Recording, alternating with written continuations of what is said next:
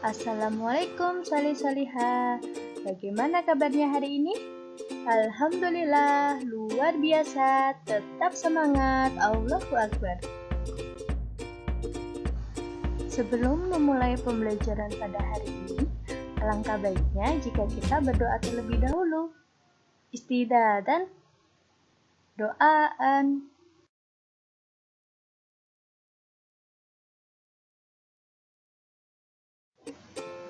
Hari ini kita akan belajar tema 1, pertumbuhan dan perkembangan makhluk hidup. Mata pelajaran Bahasa Indonesia KD 3.4 subtema 3 dan 4. Materi yang kita pelajari hari ini yaitu pertumbuhan dan perkembangan hewan dan tumbuhan. Di materi yang sebelumnya, kalian sudah belajar tentang perkembangbiakan hewan. Masih ingat tidak? Perkembangbiakan hewan dibagi menjadi 3, yaitu ovipar, vivipar, dan ovovivipar. Setelah mengalami perkembangbiakan, tentunya hewan akan mengalami pertumbuhan juga. Misalnya, ayam. Ayam berkembang biak dengan cara bertelur.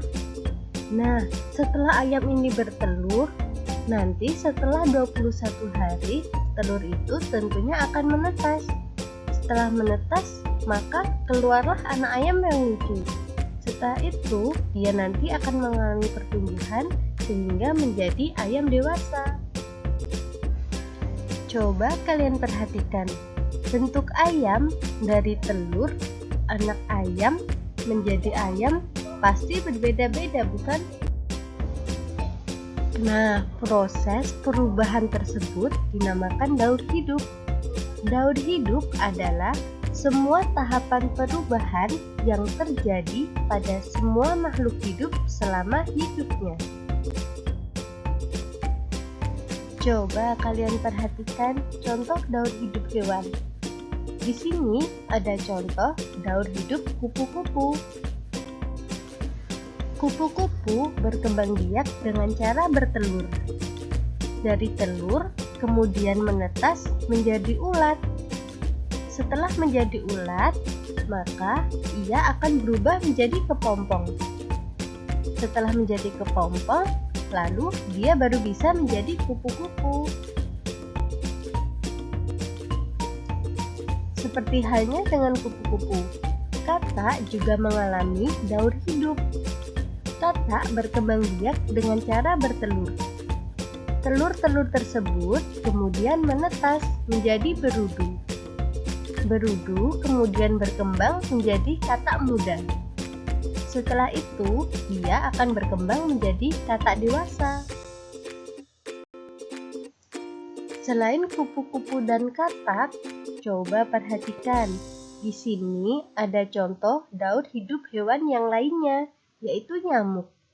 Nyamuk berkembang biak dengan cara bertelur. Telur-telur tersebut berubah menjadi jentik-jentik. Kemudian berubah lagi menjadi pupa, baru setelah itu menjadi seekor nyamuk dewasa. Nah, ternyata selain hewan, tumbuhan juga mengalami perkembangbiakan loh. Perkembangbiakan tumbuhan dibagi menjadi 2, yaitu secara alami dan secara buatan. Secara alami, contohnya dengan menggunakan biji, tunas, umbi, dan spora. Sedangkan secara buatan, yaitu dengan cara cangkok, stek, dan okulasi. Perkembangbiakan alami maksudnya perkembangbiakan yang terjadi secara alami atau tanpa bantuan manusia. Contoh perkembangbiakan alami yaitu dengan menggunakan biji. Contohnya seperti padi, jagung, mangga, dan lain-lain. Perkembangbiakan alami yang kedua contohnya dengan tunas. Tunas yaitu anakan yang tumbuh di dekat tumbuhan induknya. Coba kalian perhatikan, di beberapa tanaman seperti cocor bebek, pohon pisang, bambu. Nah, di bawah tanaman tersebut terdapat sebuah tunas kecil. Tunas tersebut nantinya akan tumbuh dan berkembang menjadi tanaman yang lebih besar dan lebih kuat. Contoh perkembangbiakan alami selanjutnya yaitu umbi. Umbi dibagi menjadi 3 jenis, umbi batang, umbi akar, dan umbi lapis. Tanaman yang bisa tumbuh melalui umbi batang, contohnya kentang dan ubi jalar. Sedangkan tanaman yang bisa tumbuh dengan menggunakan umbi akar, contohnya lobak dan singkong. Selain itu, ada umbi lapis. Contoh tanaman yang berkembang biak dengan umbi lapis yaitu bawang dan bunga bakung. Yang terakhir, perkembangbiakan dengan cara spora, contohnya tumbuhan paku dan lumut. Selain berkembang biak dengan cara alami, tumbuhan juga melalui perkembangbiakan secara buatan, artinya dibantu oleh manusia. Contohnya dengan cara cangkok atau mengupas kulit pada bagian dahan pohon.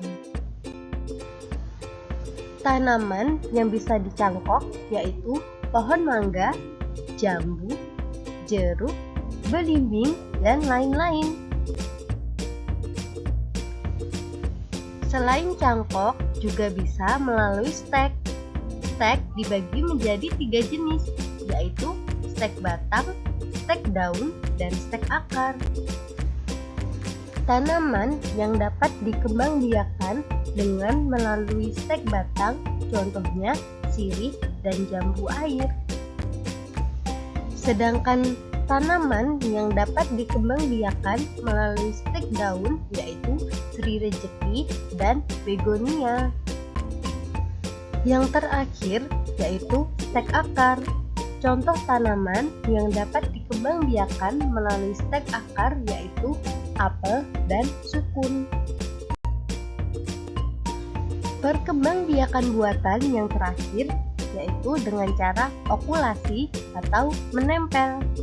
Contohnya, tanaman yang dapat dikembangbiakan dengan cara ini yaitu pohon alpukat, belimbing, rambutan, kelengkeng, dan lain-lain. Meninggalkan perkembangbiakan tumbuhan, ternyata Indonesia memiliki beberapa jenis bunga nasional. Yang pertama, Indonesia memiliki bunga melati putih atau yang biasa kita sebut sebagai puspa bangsa.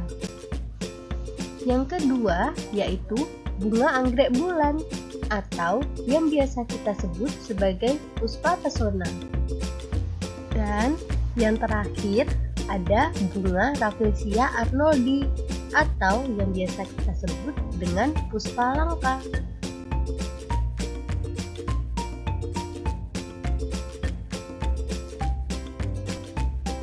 Cukup sekian materi pembelajaran pada hari ini.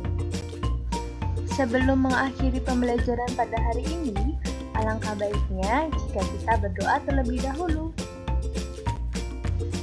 Istidadan, doaan.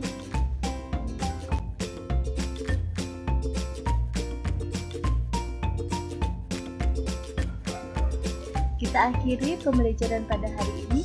Terima kasih. Wassalamualaikum warahmatullahi wabarakatuh.